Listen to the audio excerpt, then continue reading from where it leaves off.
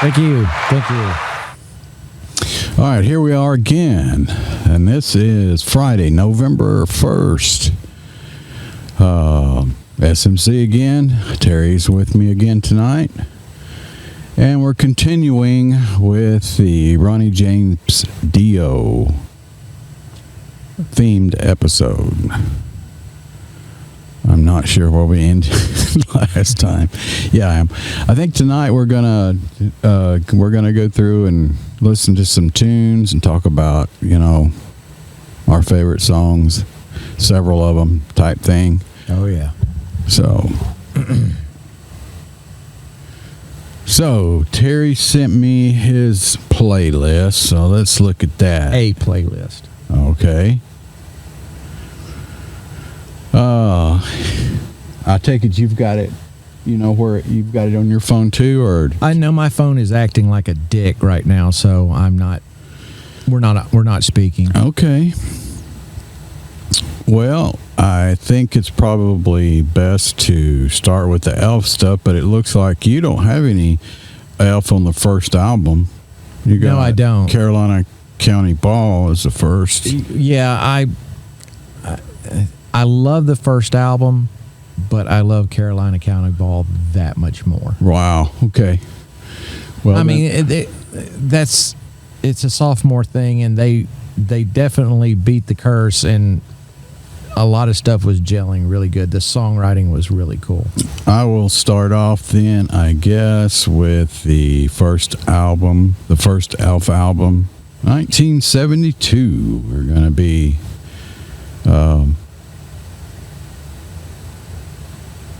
first up, and I think I'm going to go with Nevermore.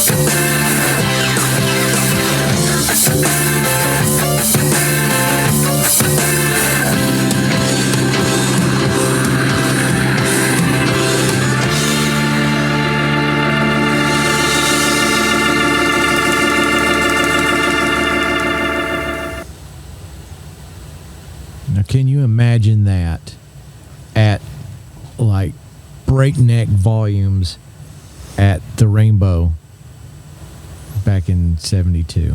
Yeah, definitely.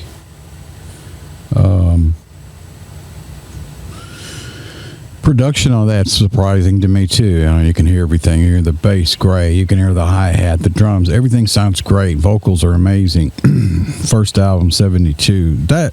It's hard for me. I like all the songs on that album, but I think that's definitely one of my favorites. Absolutely.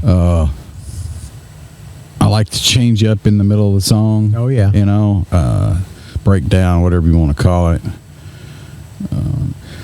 So to keep this at a reasonable level, I think I'll, could play more songs off that album, but we'll move on to Carolina. And LA 59. 59 was what you had on yours. So let's see if I can. Well, I had a couple, but LA 59 is definitely my favorite and a little more indicative of the Elf sound from then on out. It was their stab at something commercial, but the piano just completely dashed that at the beginning of the song. All right, here we go with LA 59, which is from Carolina County, Carolina County Ball, which was what, 73? Yep.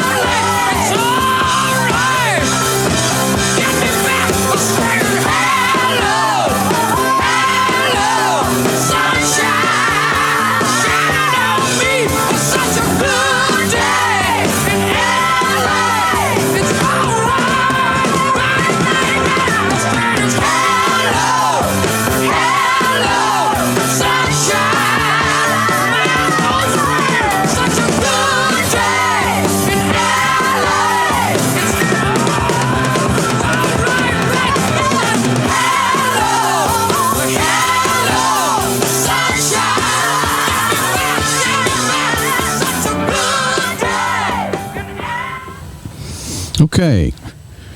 Anything you want to add to that? I will on a personal note. So, of course, by the time I discovered Dio and Sabbath and blah blah blah blah blah,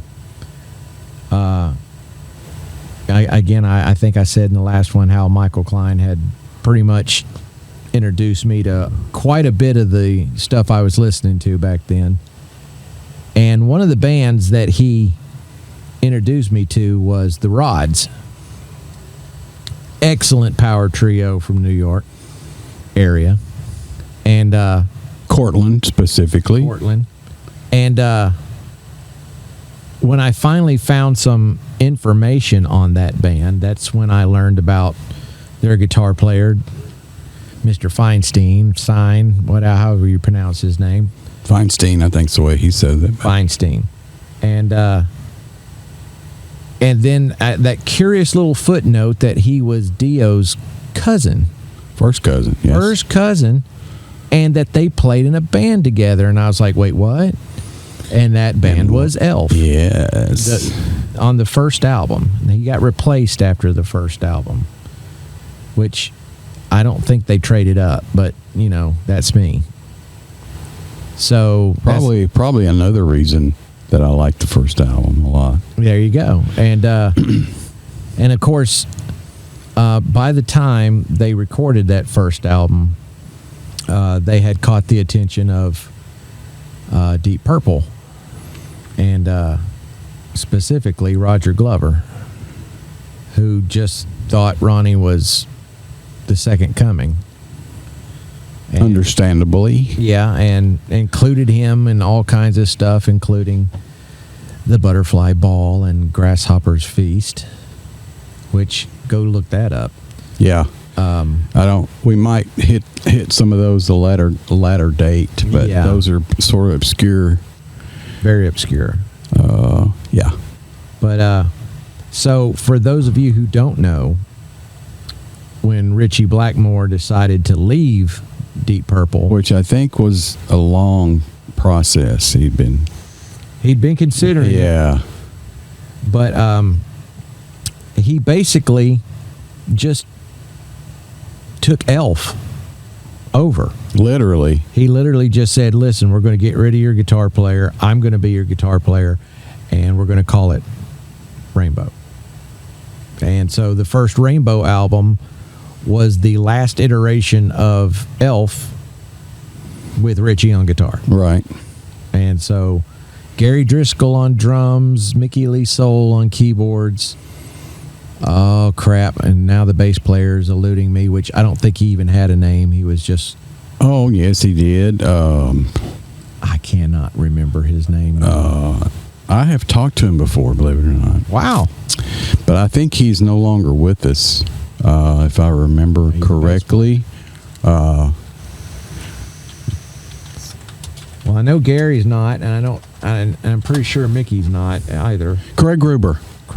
Yeah. Yeah. He died in 2015. Yeah.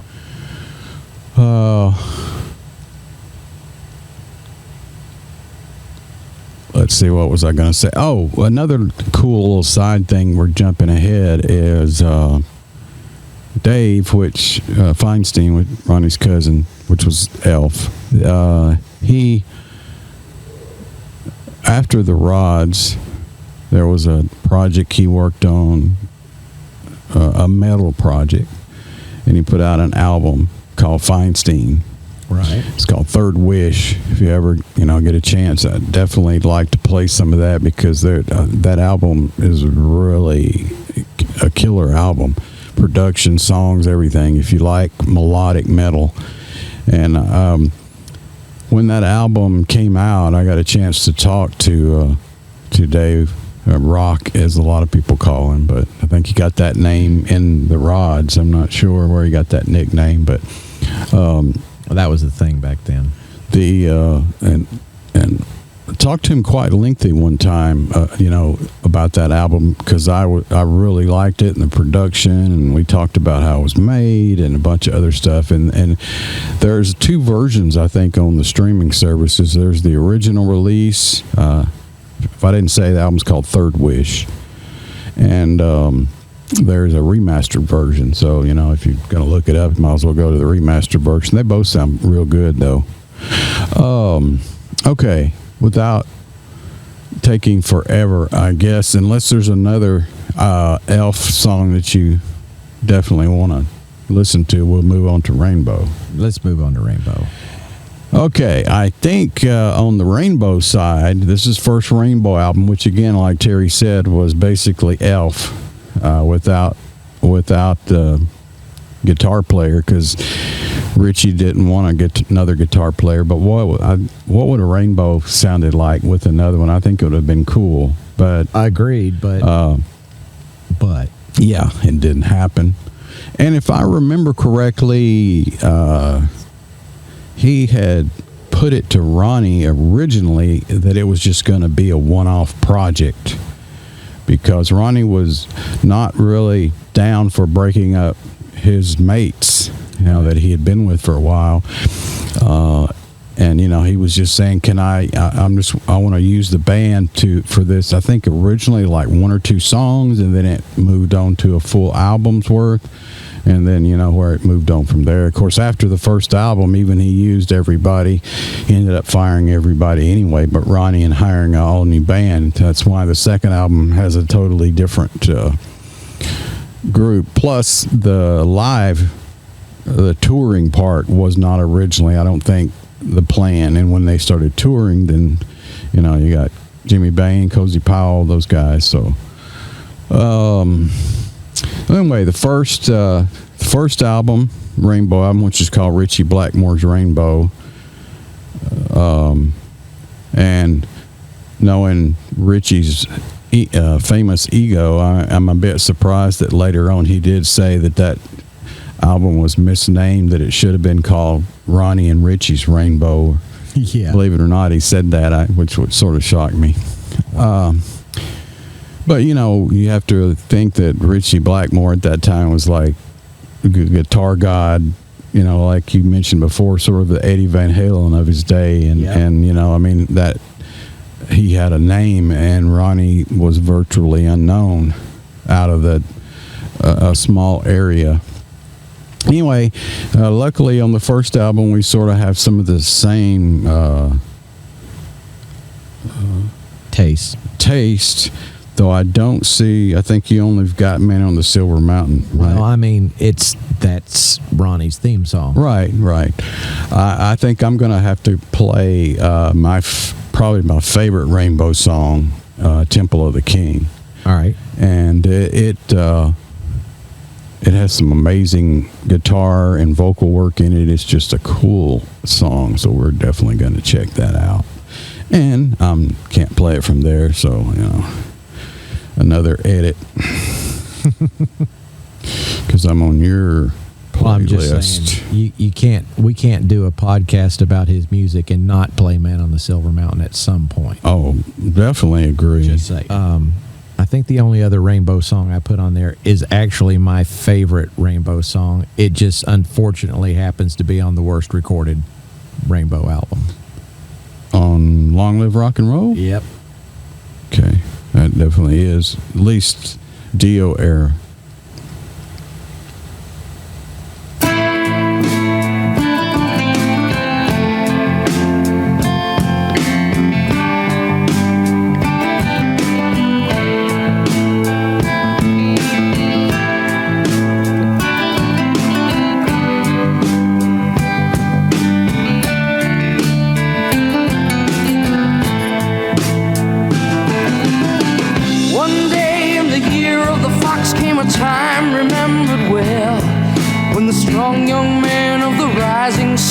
The tolling of the great black bell. One day in the year of the fox, when the bell began to ring, meant the time had come for one to go to the temple of the king. There in the middle of the circle he stands, searching, seeking, but just one touch of his trembling hand, the answer will be found. Daylight waits while the old man sings, heaven, help me. And then like the rush of 1,000 wings, it shines upon the one, and the day has just begun.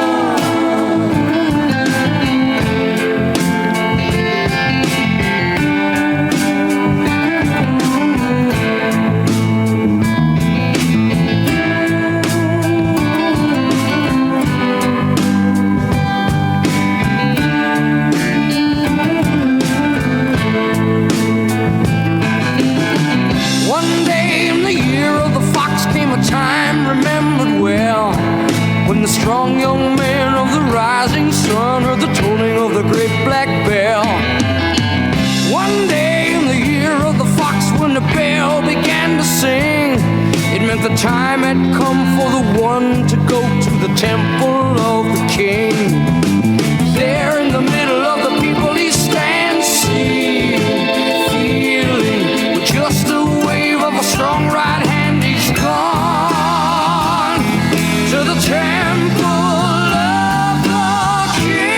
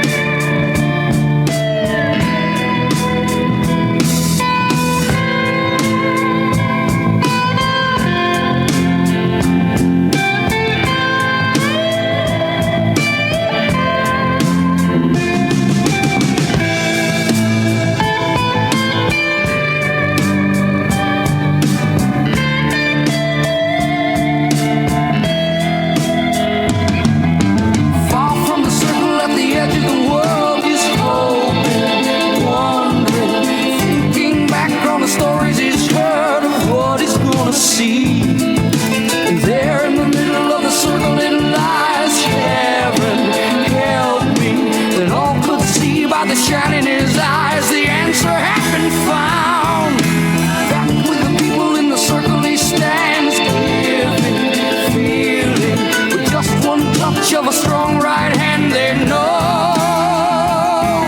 of the temple and the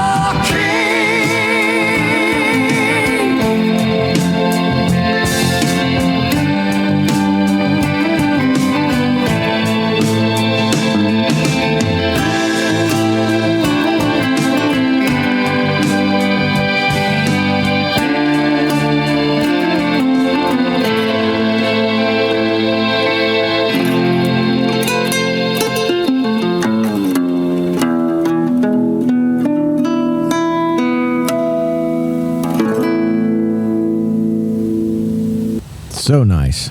Wow. Well, if you notice, there are a lot of things going on in that song. A lot of guitars, several acoustics, bass work in it is amazing. The vocals, wow. You know, one thing I just noticed listening to that is for the next album, they got Jimmy Bain on bass. Right. And he's a great musician, but he didn't play like that. No. And when Richie got rid of him and got Bob Daisley, Craig and Bob are very similar in flavor. I never thought about it, but I think you are correct, sir. I could definitely hear Daisley type lines in that song, and I'd never paid that much attention. Craig is very underrated, and as you noticed, I looked it up because I popped in my head because Craig passed away in 2015. I remember. It doesn't seem like that long ago, but I remember chatting with him. I think it had to do with the Elf. They were proposing an Elf reunion. Dave, Ronnie, and Craig, and I think they were and Craig. They were the only ones that were still alive, I believe. So, and also on top of that, Dave and Ronnie had talked about doing some just projects together. But with Ronnie being so busy, I remember talking to Dave about it, and he's like, every time we get together, we talk about it. But Ronnie, so the time problem, that was why it didn't happen. And unfortunately, Craig passed away. So I knew Craig had a connection to heaven and hell. So, but I couldn't remember exactly what it was. If you guys remember Heaven and Hell, during the time of pre-production and tracking, Geezer was having marital problems, I think, and he had a death in the family. I don't remember exactly if it was dad or who it was, but anyway, he left. He did, of course, come back. And so I call this up too, and this is directly from Craig's mouth, so to speak, and it looks like it was 2010. And this is a quote, I'll just read it. It said, "I played all the bass on it," talking about Heaven and Hell. Yep. Co-wrote some of the songs and brought in Die Young. They got me in when Geezer Butler quit, and I spent 6 months working with them on the record. But when Geezer contacted them and said he wanted to come back, I encouraged it, by the way, and I felt that the band was better with all three of the originals in there. However, I was very upset when the album came out without my name appearing anywhere, despite the fact that they kept my bass parts and all the songs I had been involved with. Now, there's some contention on the bass parts. Geezer says he retracted the bass and did not listen to Craig's part. Mm. But I've heard both, and they're very similar. Mm. It could just be a lack of memory. That's a while back, so I have problems sometimes months, much less, 1979 or 80. Right. Anyway, he said he was upset, and despite the fact that they kept my bass parts and all the songs I'd been involved with, but we came to a suitable financial arrangement, and we got on fine these days. They were and are great people and great musicians. So was Craig's side of it. Cool. And I thought it would have been cool. Can you imagine, them all getting together and doing a project? That would have been, excellent. It would have really been cool. Okay. So, Temple of the King, I think a lot of the reasons that I like that song, and it was one of them chosen on the tribute, too. I don't know if you remember the Dio tribute that they did. I'm trying to remember. I think Glenn Hughes sung on it, wasn't it? That would make sense. But it's just a great song, and the tribute version was great. But to me, it doesn't hold a candle to the version we just played. And I didn't put any songs from Rising in the playlist because I would probably pick the entire album. Now, I did say in the last podcast that Terra Woman was my favorite. Right. And it still is. But I think one of the reasons that song is my favorite is because it's the first song, and I usually listen to the entire album when I listen to any one song on there, because I love that album. I'm torn between whether we should play Stargazer or not. It's like probably the most famous Rainbow song. Technically, we played it last time, but yeah, we played the intro, didn't we? And no, it was just running through the whole. Right. Yeah. But that's I never stop you. Yeah. All right, we'll see. I might cut it off, but I guess we'll do it to it.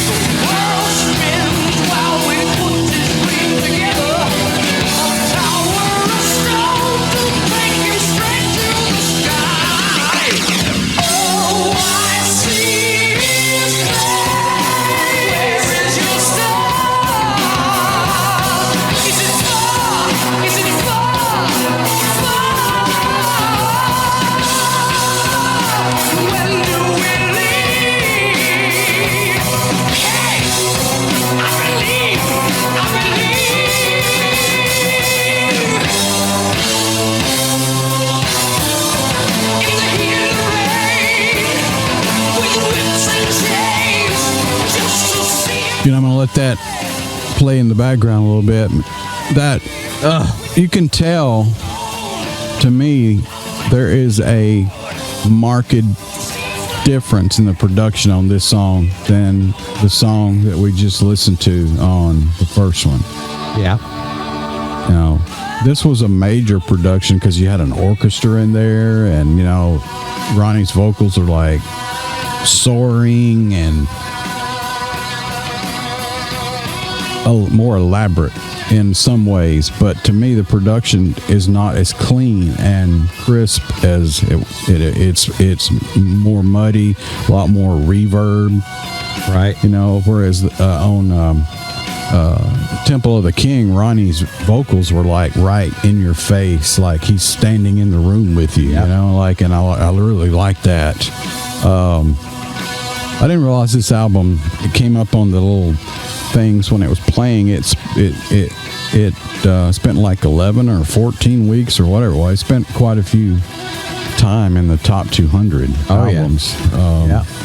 Even though normally Rainbow, most people in the States weren't really aware of Rainbow at the time. It was their Sgt. Pepper's.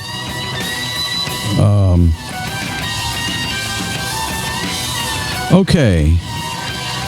So we're going to move on to my least favorite Dio era album.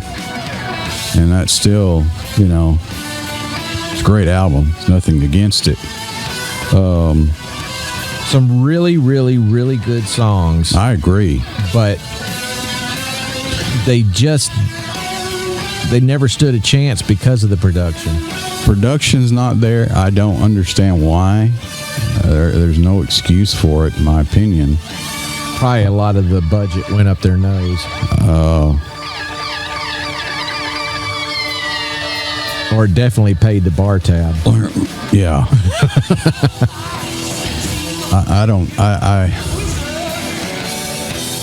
I haven't really read anything, and I read all the books I think out there that really comes to mind why it sounds like it does.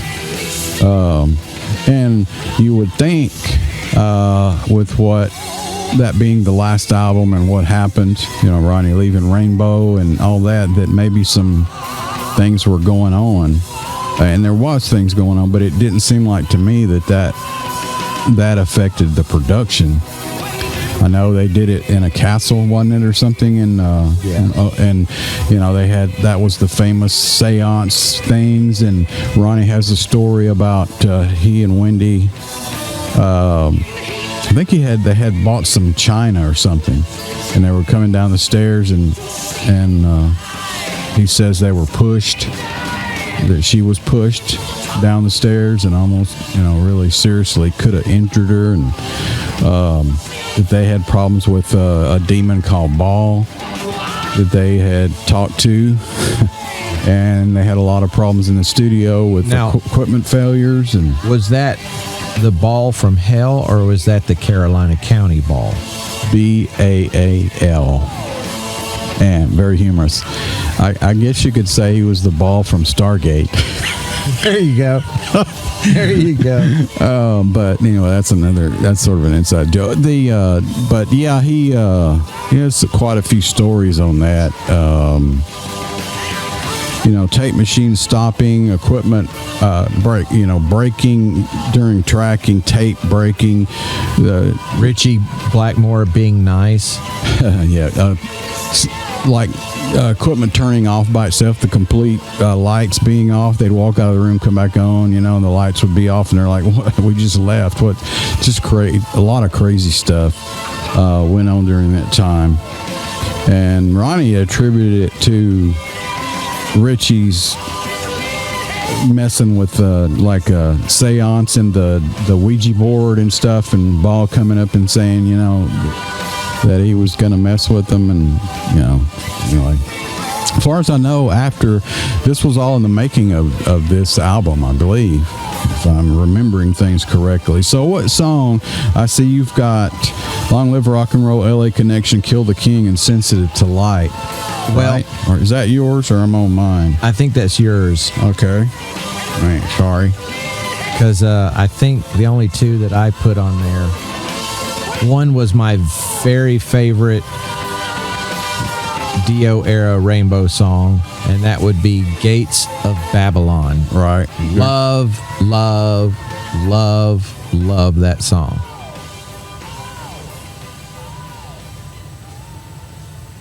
But then again, I may have put LA Connection, and I may have put Kill the King.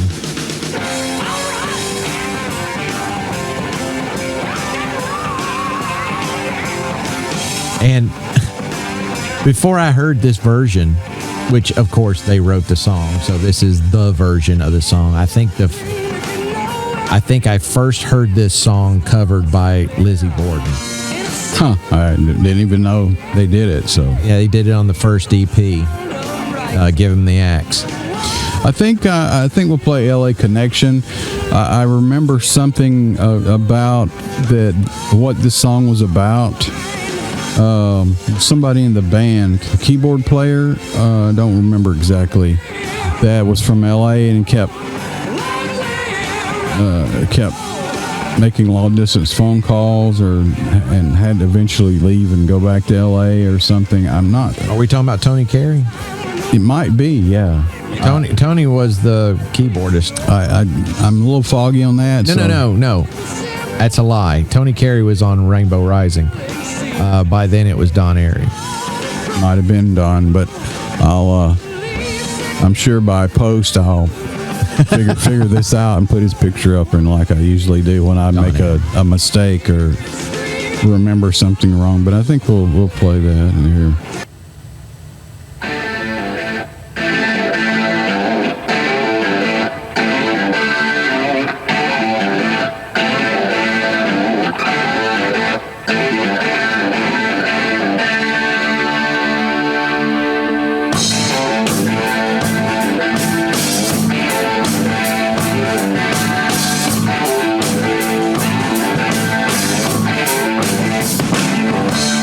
Carry on my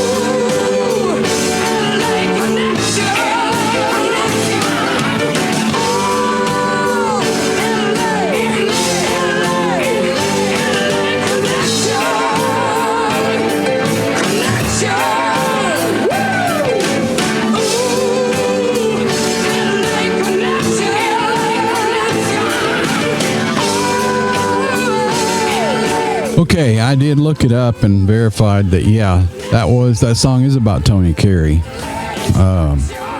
And I remember now, after refreshing my memory, that apparently he had a pretty rough time on this album. I don't think he played that album.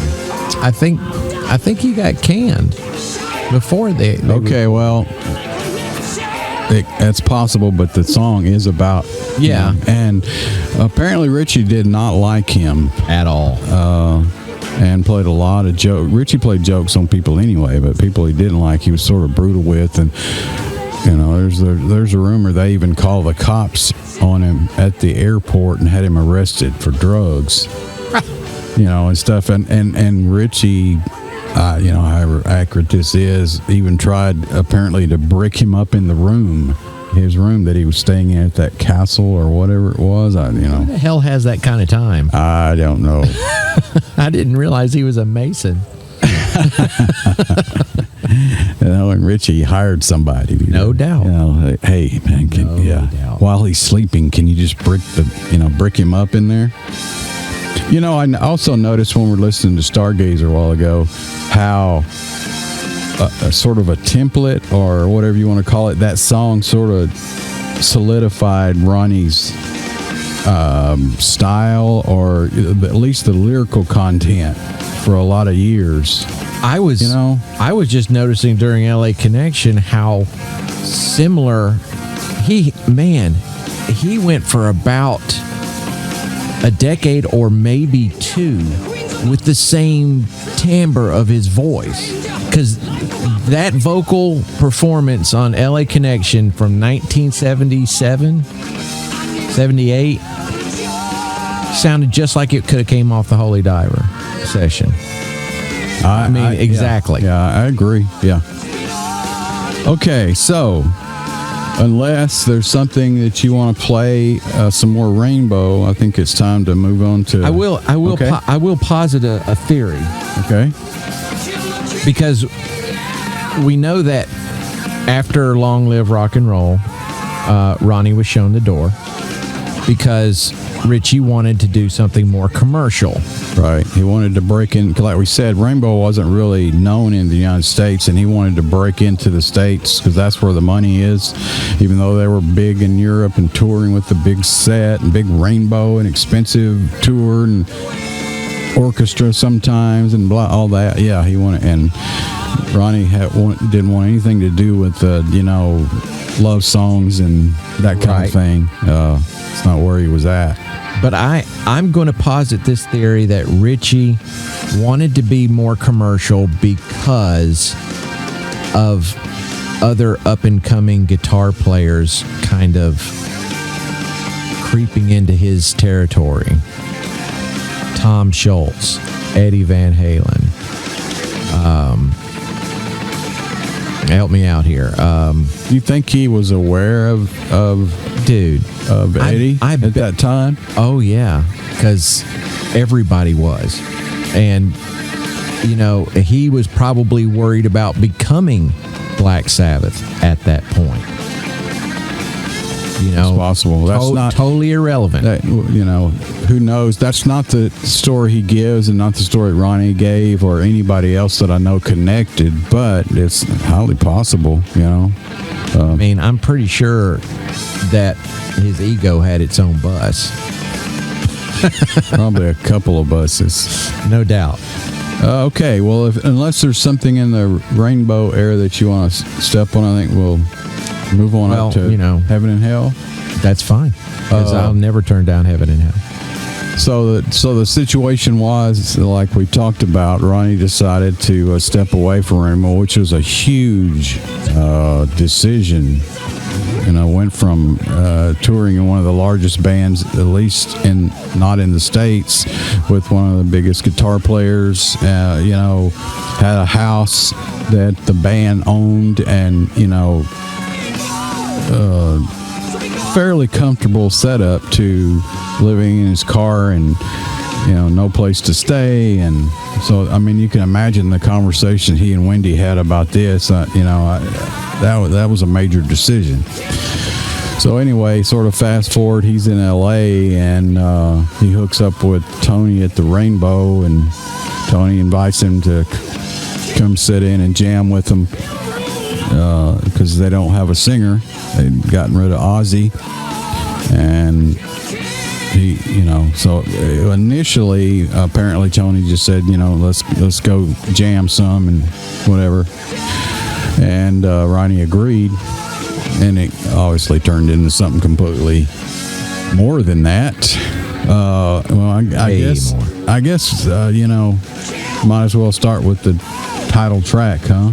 Might as well.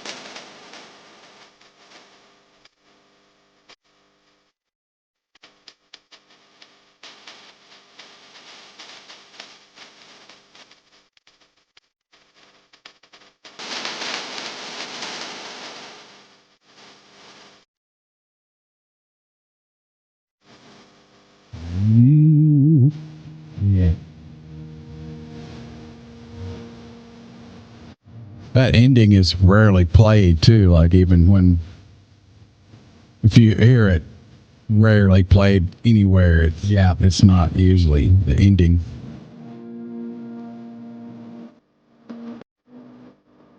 Multi-track.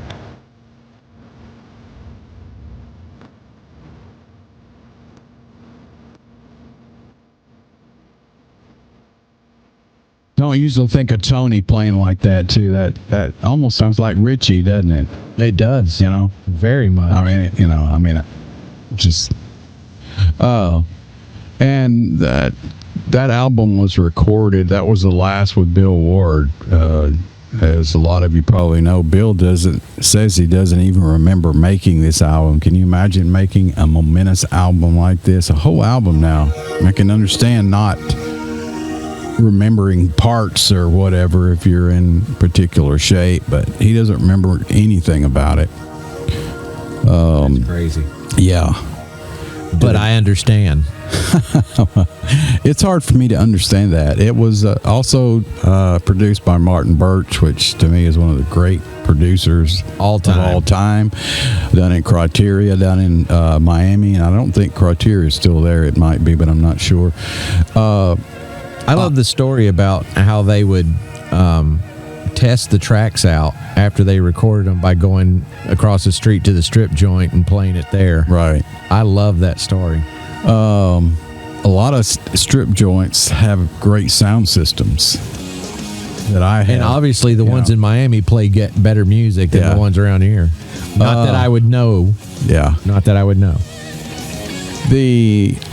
Also, I a lot of the times I think of Heaven and Hell as being the song that they worked on first, and it wasn't. It was Children of the Sea that Tony had been working on when they fired Ozzy, and so that was the first one, and Ronnie apparently listened to it and went in and just wrote lyrics very quickly and came back and blew Tony away. And by the way, the initial introduction, I think this is sort of ironic, of Tony and Ronnie was done by Sharon Arden, which you know is now known as Sharon Osbourne. So that's sort of an ironic thing there. And they met at the Rainbow, of course, in L.A., which to me has a little irony to it. Rainbow, because Ronnie is sort of known for the whole motif of rainbows. There's a lot of things. Well, that's where they took the name, wasn't it? I'm not sure, to be honest with you. I don't remember reading that. I was pretty sure that. Highly possible. Okay, well, that's on both of our. Oh yeah, and you know, I really want to do Children of the Sea. That's like just an amazing song, but it's sort of like Stargazer. It's played a lot, so I was considering like maybe, you know, playing a little bit more of I wouldn't call it any deep cuts really on that album, but something a little more. I can say this about the song Heaven and Hell. I think it is the one song that influenced my songwriting more than anything, because I think I have rewritten that song at least 8 times now. Really? Yeah. I mean, so many of my songs start with that template. Okay. I while you were saying that, I made the decision that what song I was going to play off of here, and I'm going to give my reasoning. I always liked this song. I know exactly which one you're going to play. And I was surprised recently because I'd never read this before. I know sort of what the song was written about, according to Ronnie,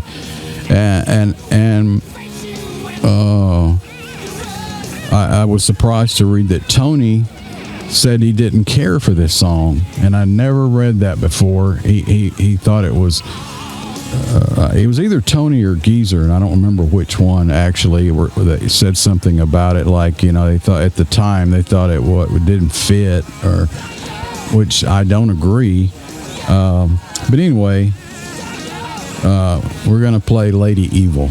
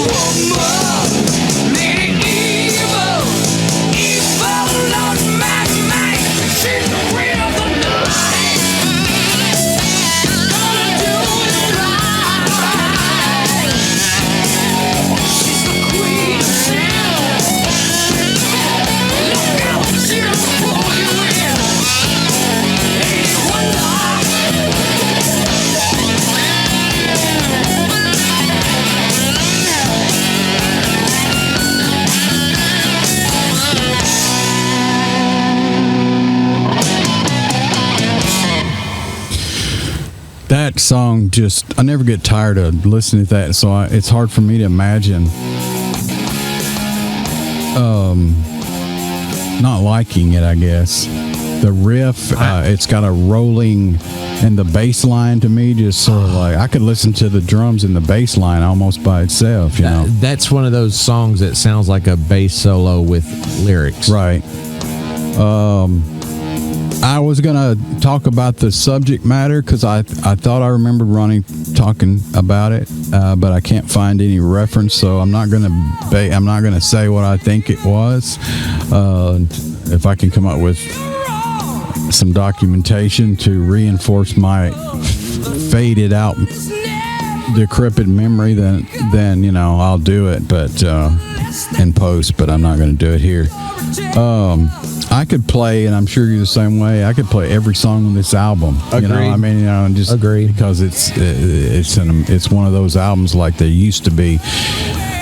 Tony's guitar work is amazing. The bass, you know, work is amazing. The vocals, I mean, it's a perfect album, which there's not a whole lot of perfect albums in my opinion. Agreed. And it is one of them. So next up came a follow-up to this, and we talked about the other day, Mob Rules, and they sort of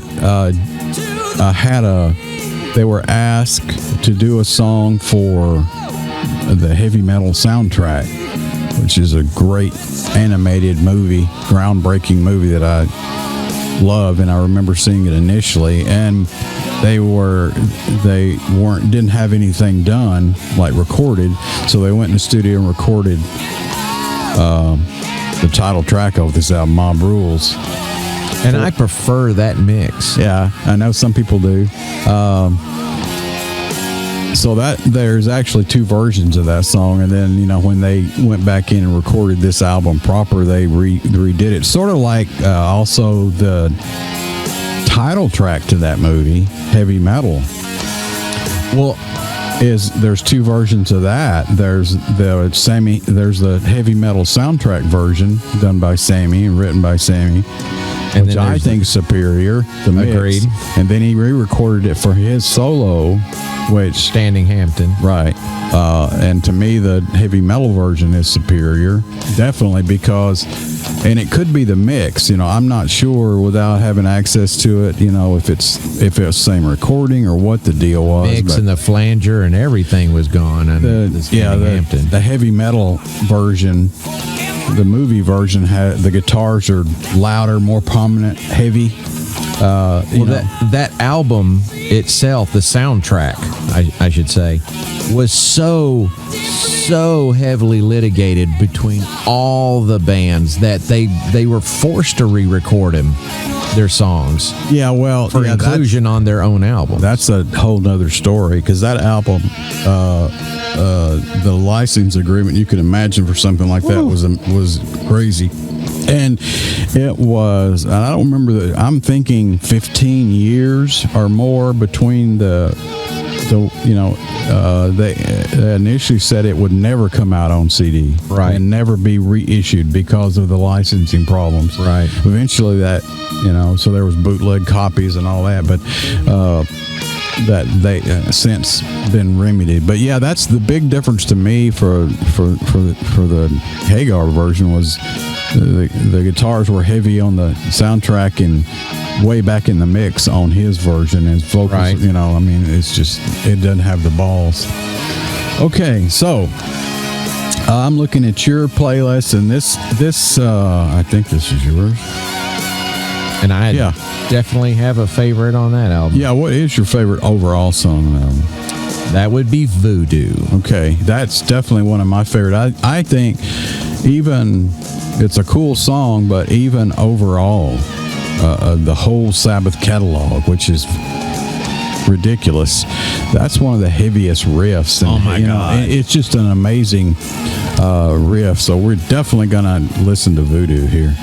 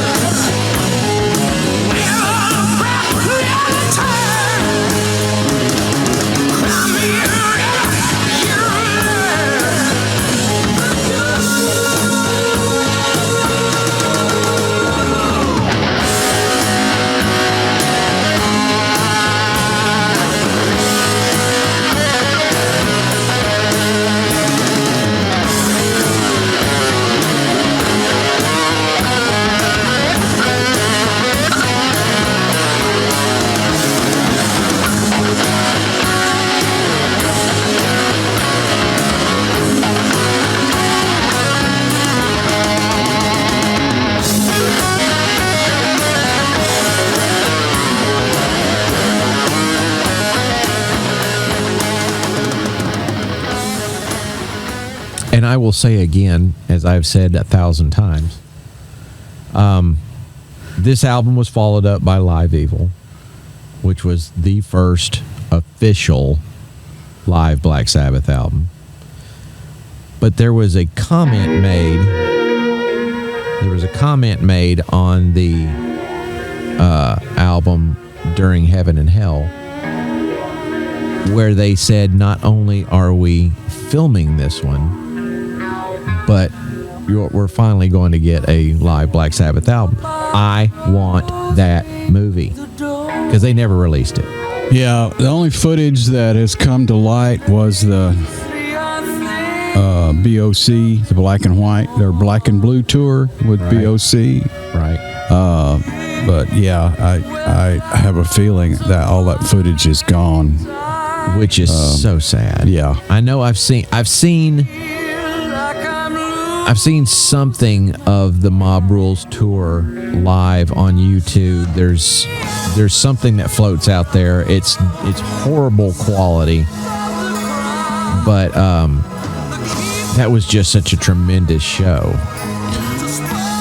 Yeah, this album, you know, I to me it's a great sounding album, but I notice really details that it's not, the production's not quite Heaven and Hell production. It is. No. It's just not. It's great sounding albums, and the songs are excellent. Martin Birch did produce it.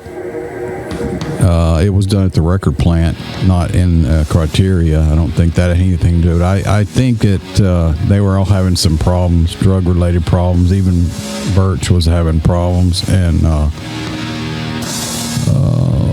it affected the production of this album.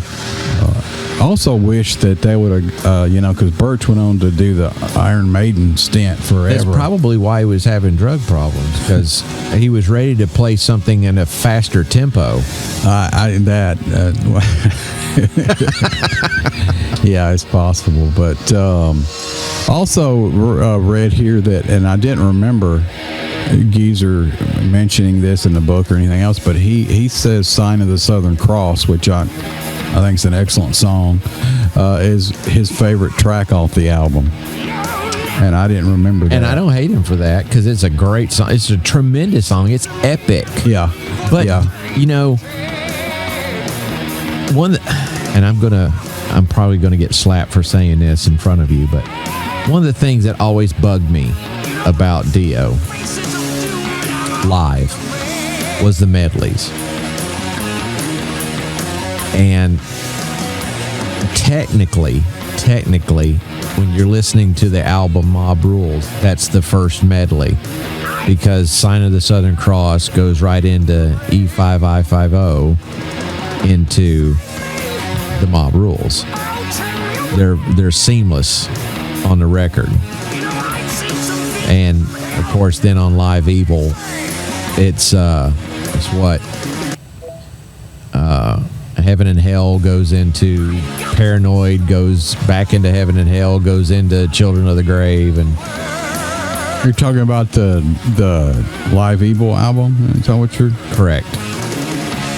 But yeah, I mean, as far as the studio goes, they did seamlessly blend Sign of the Southern Cross, E5, I50, and Mob Rules. But they weren't. That wasn't technically medley. That was just connecting songs. Right.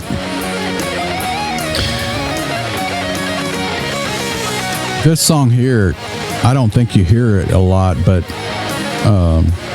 Iommi just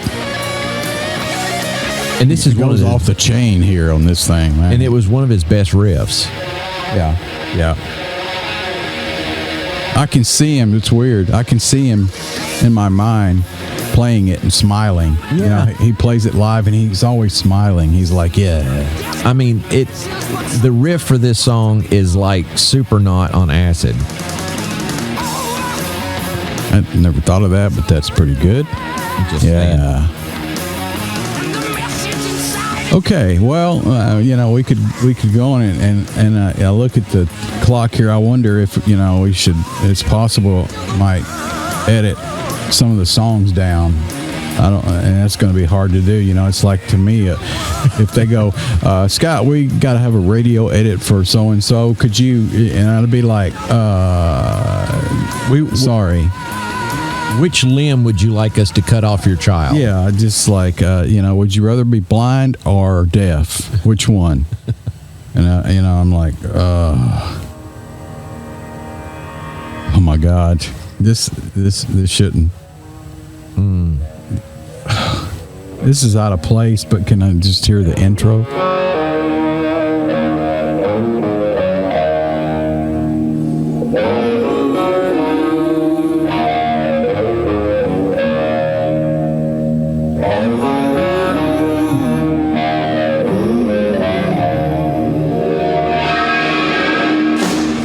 Wow. What an intro to a song. The second best riff on that album. Oh, wow. And it's one of my favorite songs. It's of Dio era. Period. I mean, really. And so, okay, I guess we should move on to the solo stuff, right? Isn't that where we're at? No time like now. Which puts us at Holy Diver. By the way, since Heaven and Hell did so great, brought the band back from oblivion, basically, and the record company extended their contract, Warner Brothers did. But at the same time, they also were smart, I think, and offered Ronnie a solo contract. Well, yeah. Which, came in handy when Live Evil mixing and came about and all that. Well, listen, as much as we love and adore Tony Iommi, Dio got all the credit for the resurgence of Sabbath because he was a tremendous force. He was the only addition, besides Vinny coming in on Mob Rules, but he didn't have anything to do with Heaven and Hell. So, if you were the executive or anybody else,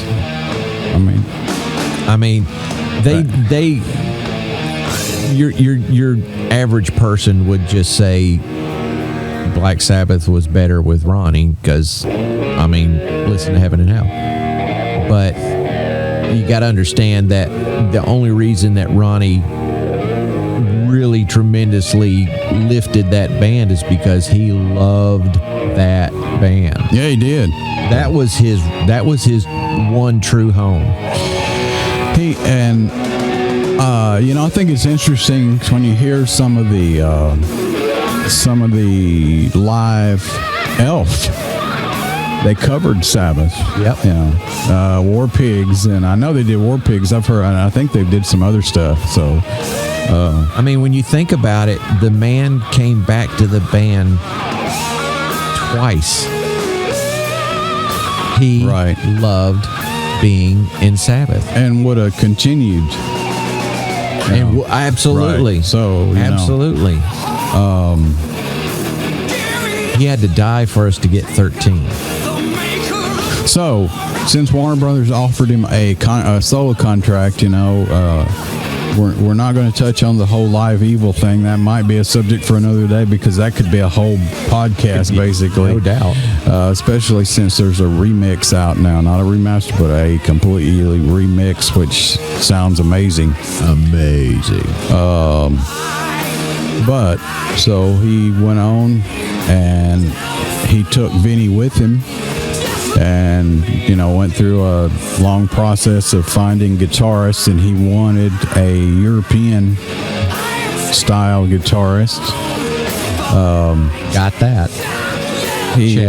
He also, in his years in Rainbow, of course, became friends with Jimmy Bain, and looking for a bass player because he needed a bass player. And he called Jimmy up one day and said, "Hey, man, I'm putting a band together, and I'd like, anybody that plays bass?" And he goes, "Yeah, me." So, And see, that's not the way I heard it. Really? How'd you hear it? I heard that he asked Jimmy if he knew any guitar players. He did that too. And Jimmy was like, "Oh, I've got your boy." And Jimmy just assumed that he was in the band because Ronnie called him. Okay. And nobody corrected him, ever. Whichever way it happened, since both of them are dead now, unfortunately, we can't ask him, I guess. But the way I was told to me was the yeah, me type thing. But anyway, they proceeded to hang out and rehearse at one of my favorite studios in the whole world, Sound City in Van Nuys. They're in the Valley, and some of my favorite albums of all time were done there. The drum sound to me is just unprecedented in that place, by accident or whatever reason. And so we've got they're working on album that would become Holy Diver. So I just don't see how we cannot play the title track. It'd be sacrilege. And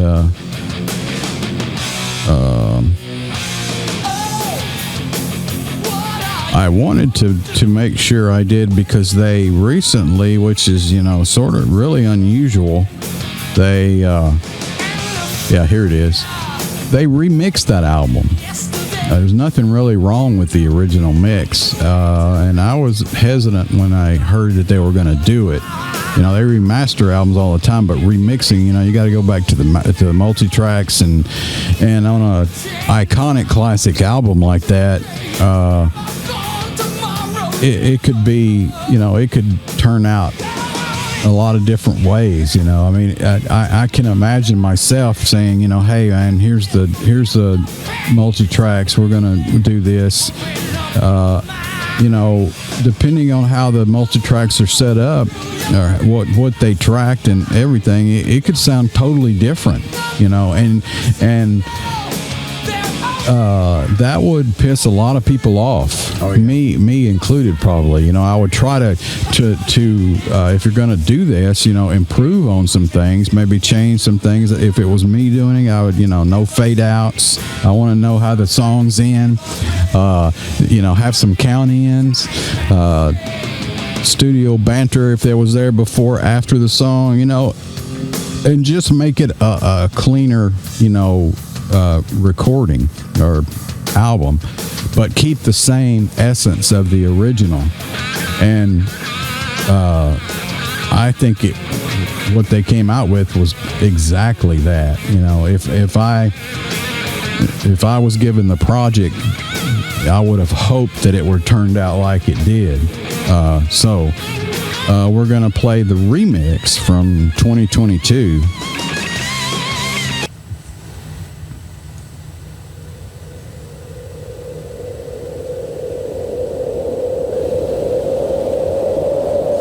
And that's actually Dio blowing into the mic. It's a big jug. Blow on the jug.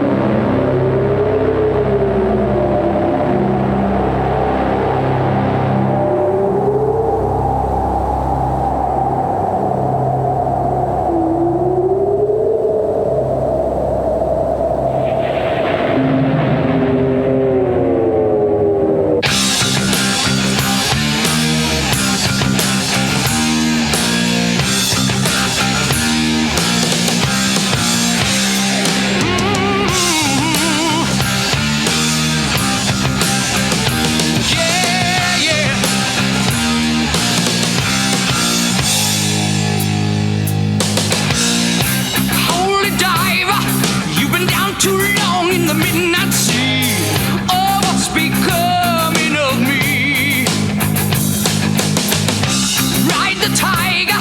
You can see his stripes, but you know he's clean. Oh, don't you see what I mean? Gotta get away, holy diver.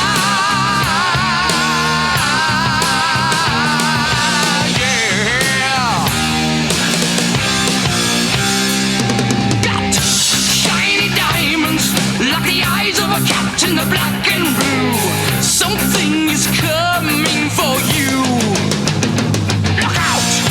Race for the morning. You can hide in the sun till you see the light.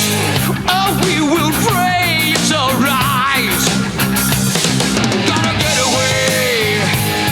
Get away. Between the velvet lies, there's a truth as hard as steel.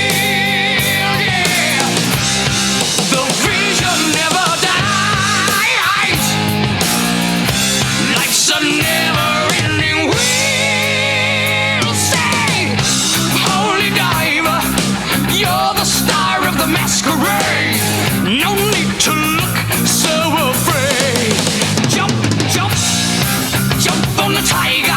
You can feel his heart, but you know he's mean. Some light can never be seen. Yeah.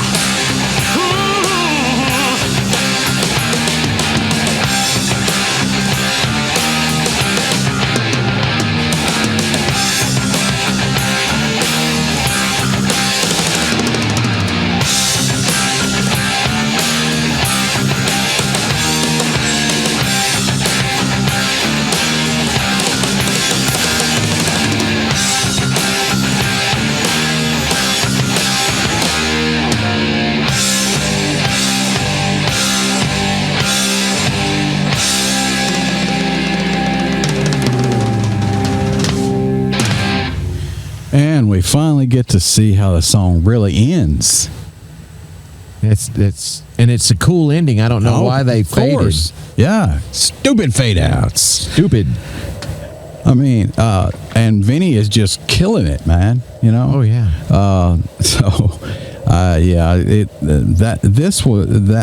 Things like this were my favorite parts of this remix. Besides, you'll notice it's drier too. I mean, there's a lot less added reverb on everything.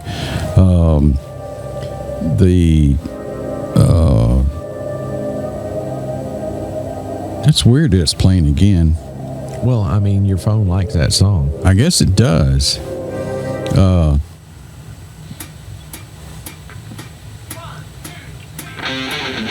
Count-ins. Yeah. See, this is the way I would have done it, you know. So it's like I'm obviously I just love this remix. Some people don't agree.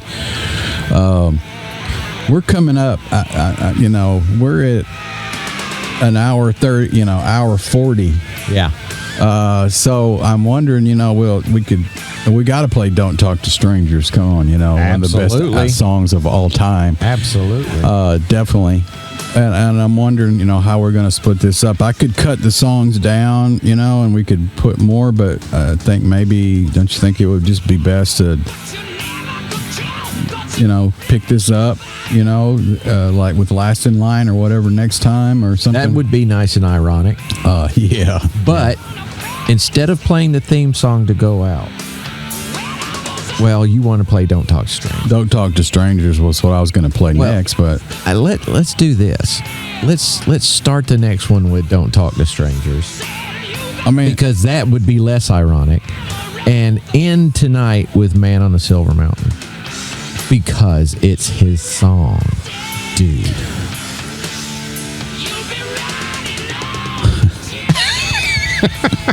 I want to play "Don't." Okay, I'll tell you what I'll do. Well, I mean, you know, it's not like we can play "Don't Talk to the Man on the Silver Mountain." Yeah, I can play "Man on the Silver Mountain." I think I'm still going to play "Don't Talk to Strangers," and then, you know, I can cut it out or we can put it on the next one. But I just want to hear it because hey, I'm not going to argue. Okay, so I'm just offering suggestions. I think it's a great suggestion. Again, I could play every song on this album. Agreed. And talk except for about Rainbow in the Dark. I think I'm going to put "Rainbow in the Dark" twice on you know, just because. Well, you know, my favorite Sabbath album also has my least favorite Sabbath song.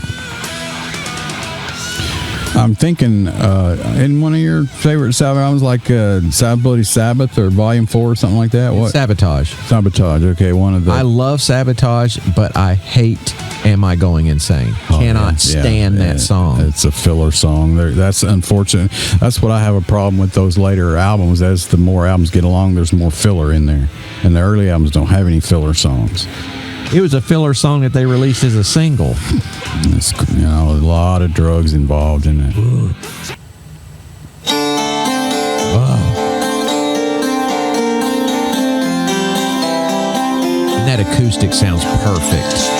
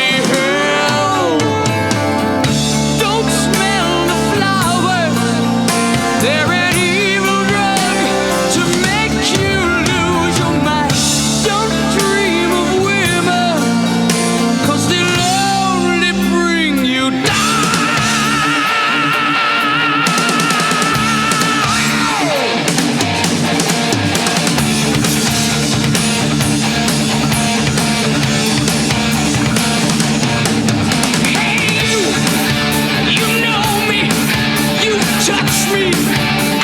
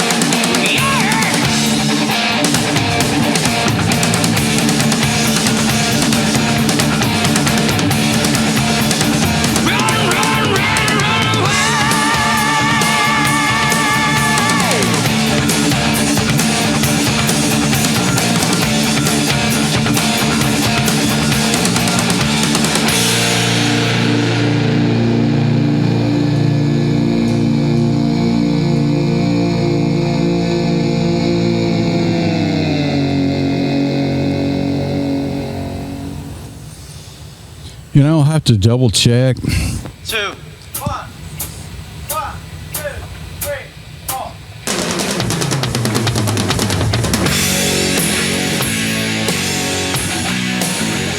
I think that song, the original mix, has some vocal additions that I did not hear this time, but I got to double check. There's "Don't Talk to Strangers." There's times when he adds a low, like evil sounding voice, like "Oh, don't," that I remember in the original mix, and I did not hear it in there. Well, I mean, it was there when he said, "It's really only hell." Right.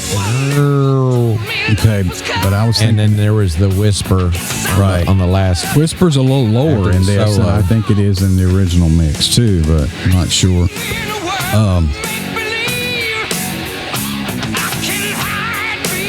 I've listened to the remix quite a bit, but not like headphones and really like, so I'm not sure about that. All right.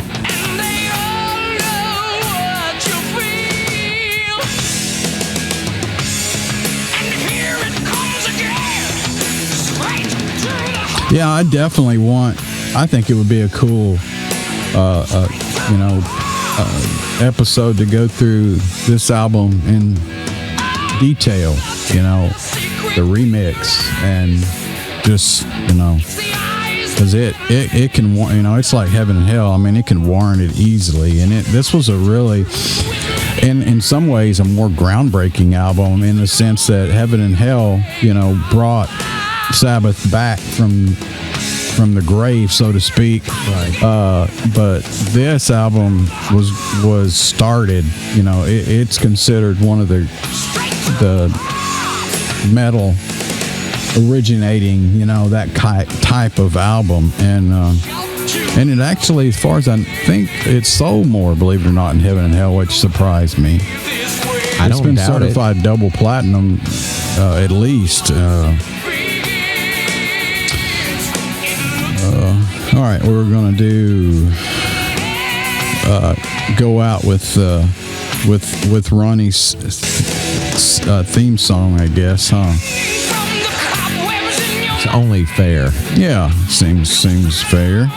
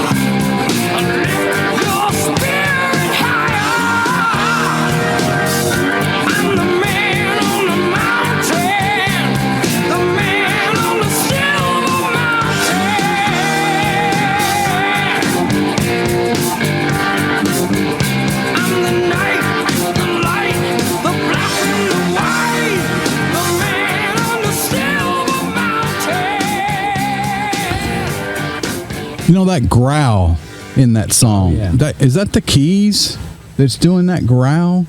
The keys? Yeah, keys. I thought at first it's bass, but the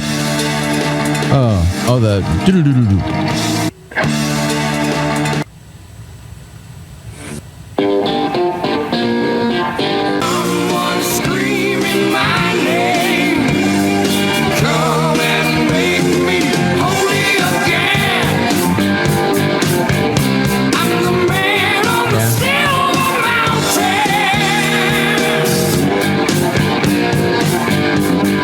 It's the same thing as Smoke on the Water. yeah, that's what I think. It's the keys backing up the riff, isn't it? Making it sound really. Yeah. It's got a cool growl to it, Thickening up the mix. Yeah, you can hear it sometimes really prominent. It almost sounds like distorted bass, but you can hear the bass is clean. So Eyes that see inside you.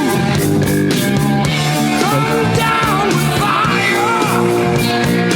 Lift my spirit higher. Someone screaming my name. Come and make me holy again. I'm the man on the without that, it wouldn't have sounded nearly as cool. That growl in there like that, to me, I really like it. I agree. Also, to me, this is a good example, this song, of how Ronnie carried this style his entire career, and the style I'm talking about, not like you think I am, recapping at the end of the song on the fade out, or when the song is just playing out and he's done the lyrics. He was the king of vamping. Right. Just re-saying the lyrics and, mentioning parts of them. And he, that's a great example on this song of how he, solo. If we'd have made it to the end of Stargazer, that was almost a song in and of itself, just his vamping at the end. Yep. That's where they got the title of the album.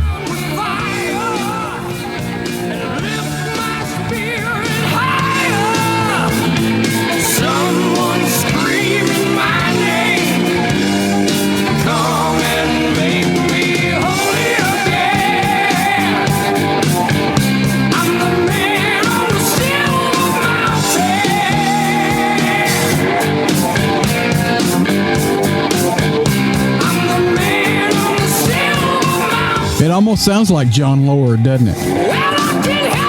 It sounds not quite like as distorted. But it has the same sound as Trampled Underfoot.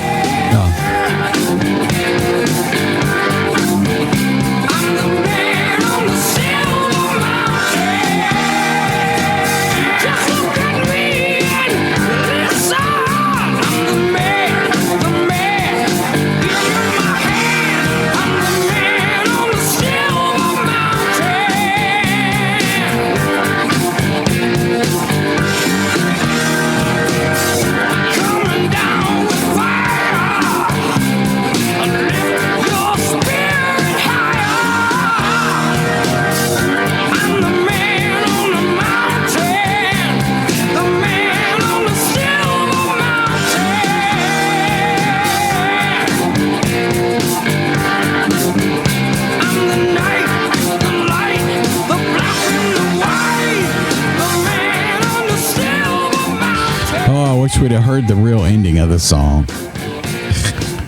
Well, and probably in the next 15 years. Yeah, whatever. These masters, these multi-tracks are gone probably. Mickey Lee Soul played piano, the mellotron, the clavinet, and the organ on this album. So I'm assuming that he played that part, that growl part. It's amazing how much the mellotron got used in the 70s. It's just pretty much disappeared though, isn't it? I mean, it's like, they were still Sabbath was using it on Heaven and Hell.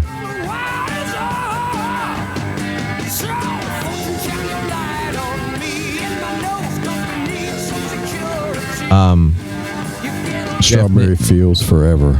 Jeff Nichols was using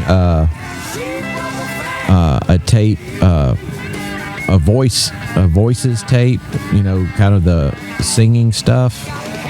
He was using that on a Mellotron for the song Heaven and Hell, where you hear the Gregorian chanting type. That's the Mellotron. Wow. It was used on Dream On. I'm just looking at various songs, scanning them.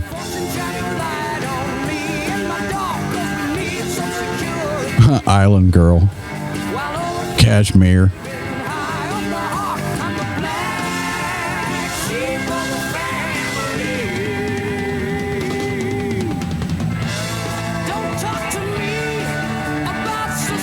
I don't know why I'm off on a tangent, but I guess I'm a delaying ending for some reason. Foo Fighters? Wow. Okay. I was just looking for some modern, more modern recordings that it was used on. Okay. Well, I guess we're going to wrap it up tonight. We're at 2 hours, so... Oh, yeah. It's Dio, man. Yeah. What can you say? It's been fun, too. I mean, it's almost more fun.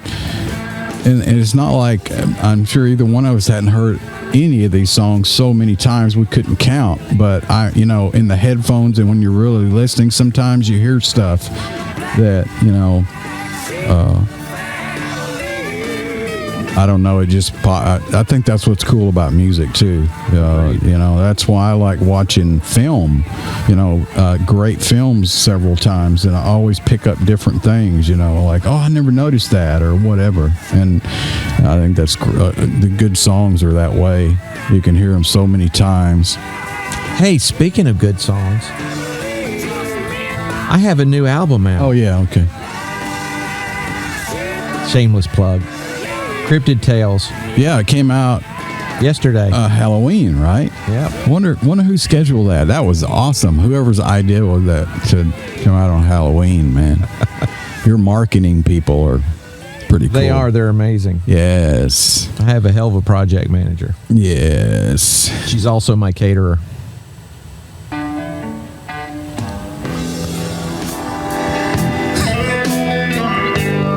So it's morning now, and we're still going.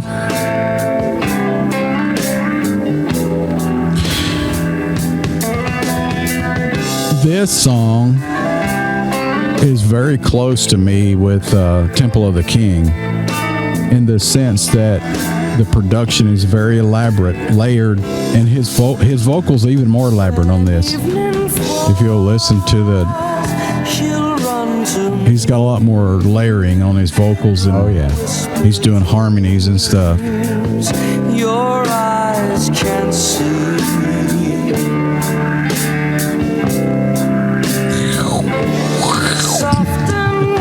The 70s were awesome. She'll touch my face, a bed of straw against the lace.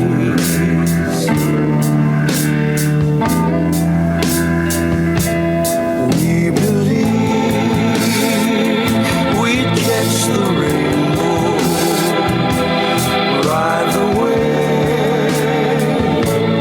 to the sun, sail away on ships of wonder.